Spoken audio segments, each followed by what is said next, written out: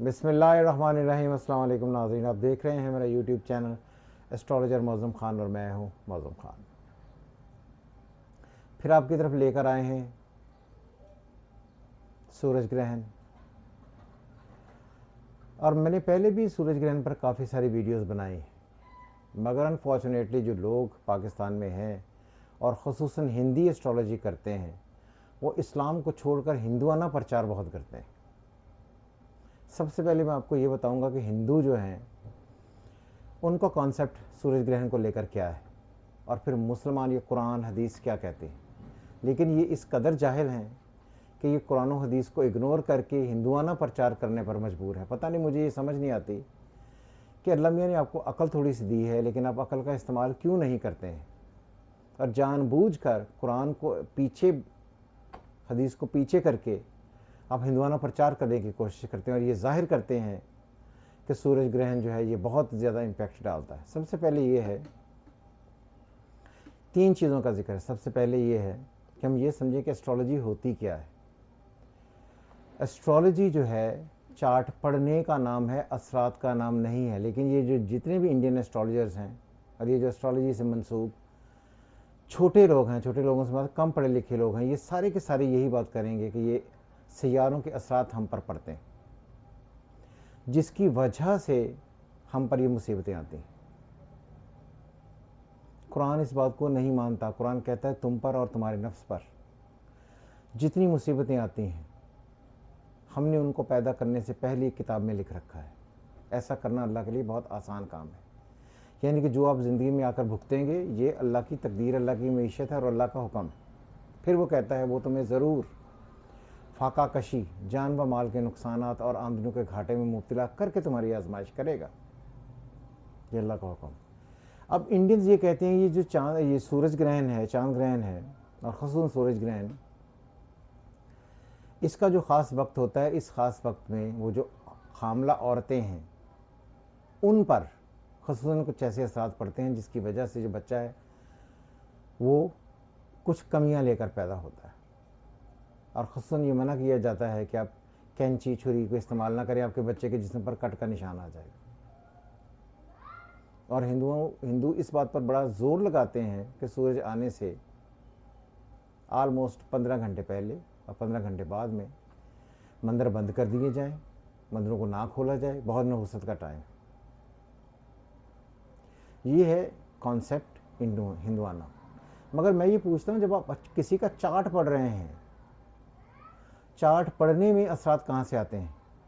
जैसे फ़र्ज़ करें कि आप सेगिटेरियस हैं, मैं सेगिटेरियस हूँ और सूर्य ग्रहण लग गया, तो क्या हम दोनों पर एक ही जैसा असर होगा? नहीं। इसी जो चार्ट तकदीर लिखी हुई है, जो तकदीर लिखी जिसे हम चार्ट के थ्रू पढ़ते हैं, उसमें क्या फ़र्क पड़ेगा?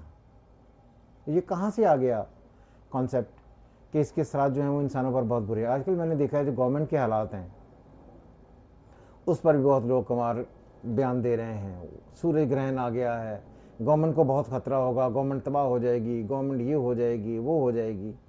पहले मुझे बताएं, क्या ये रीडिंग्स जो मैंने अपने वीडियोस में दी थी और मैंने वाज़ेह तौर पर ये कहा था कि ये जो मई का महीना शुरू होगा, यानी कि जब 21 अप्रैल से के बाद से जो महीना शुरू होगा, ये एस्ट्रोलॉजी के लिए मई का महीना है, ये वर्स्ट कम वर्स्ट होगा और इसमें सियासत से लोग इल्ज़ामात की तरफ जाएंगे, सियासत उलझेगी, एक दूसरे पर इल्ज़ामात लगेंगे, जुडिशल एंड कोर्ट के जो डिसीजन है वो किसी के एंटी आएंगे, किसी के फेवर में आएंगे।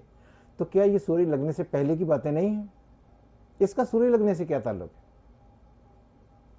इसको सूर्य से जोड़ना, सूर्य ग्रहण से जोड़ना सिर्फ इस बात की दलील है कि कहीं ना कहीं आप ये साबित करना चाहते हैं कि जो हिंदुआना तर्ज एस्ट्रोलॉजी है, यह हिंदुआना जो हुक्म है वो ज़्यादा इम्पॉर्टेंट है अल्लाह के हुक्म से। चार्ट पढ़ते वक्त कोई इंडियन, कोई एस्ट्रोलॉजी, कोई मुसलमान रिलीजन काउंट नहीं होता।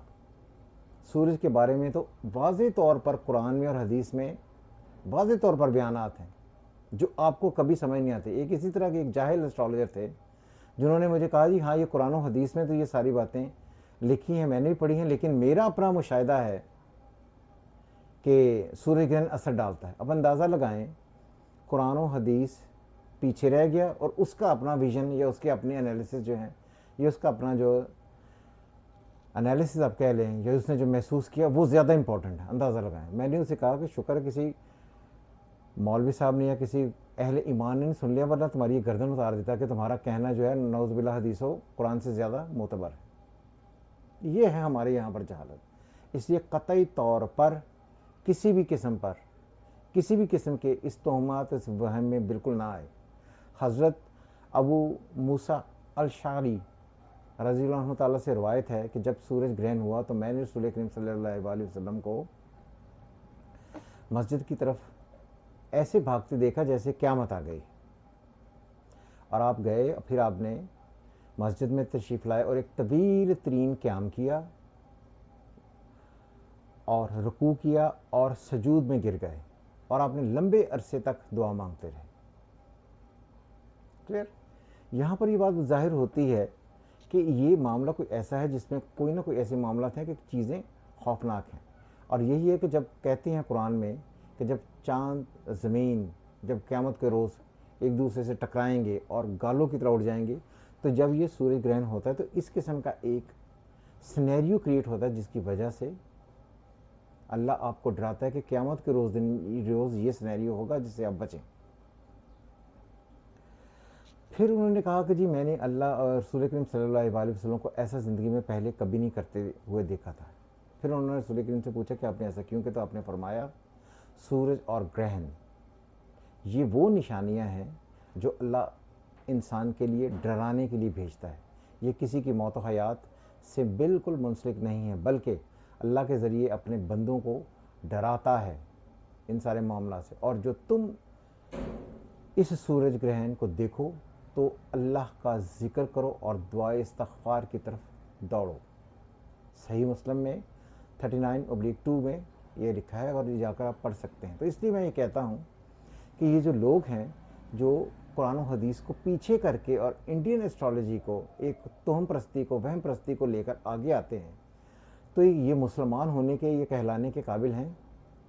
एक और यहाँ पर वाक़या है कि जिस दिन सूर्य ग्रहण लगा था रसूल करीम सल्लल्लाहु अलैहि वसल्लम उनके बेटे हज़रत इब्राहिम की वफ़ात हुई थी।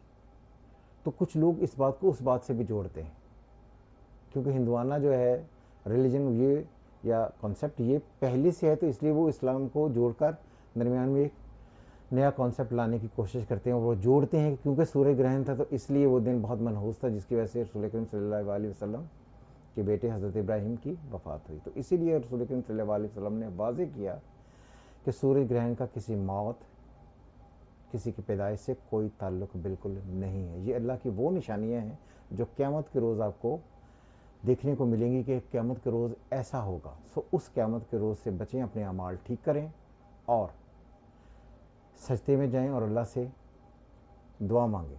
इसलिए दुआए खसूफ़ और दुआए कसूफ़ बनाई गई थी कि आप उस ख़ास परेशानियों से बचने के लिए इस अमल की तरफ आएँ। तो मैं फिर ये कहूँगा कि वो तमाम लोग जो सूरज ग्रहण को लेकर इस तरह की अफवाहें फैलाते हैं और इस बात को ज़्यादा प्रमोट करते हैं कि इसकी नहुसत होगी, ये इस्लाम के टोटल अगेंस्ट है।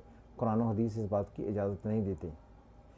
जो लोग इस वीडियो को देखें, दूसरों तक पहुँचाएँ और इन एस्ट्रोलॉजर से जो इस तरह के मामलात में उलझते हैं, आपको साढ़सती की तरफ लेकर जाते हैं, पत्थर बेचने की तरफ लेकर जाते हैं, जादू टूना की तरफ लेकर जाते हैं, सूर्य ग्रहण से डराते हैं, लोहे बनाते हैं, इनसे कभी तकदीर ठीक नहीं होनी।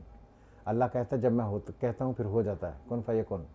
तो इसलिए अल्लाह को इन सारे मामलात की ज़रूरत नहीं है। ये इन घटिया एस्ट्रोलॉजर्स को ज़रूरत है कि वो आपको ये इस किस्म की चीज़ों से डरा कर पैसे कमाने के लिए एक नया रास्ता ढूंढें। तो ये उनकी कोशिशें नए रास्ते ढूंढने के लिए हैं, इसका तकदीर से कोई ताल्लुक़ नहीं। हमेशा की तरह आप अपने कमेंट्स हमें भेजिएगा और जो भी आपके जहन में क्वेश्चंस हों आप हमें कर सकते हैं, हम उसके जवाब देंगे। हमेशा की तरह खुदा हाफ़िज़। पाकिस्तान जिंदाबाद।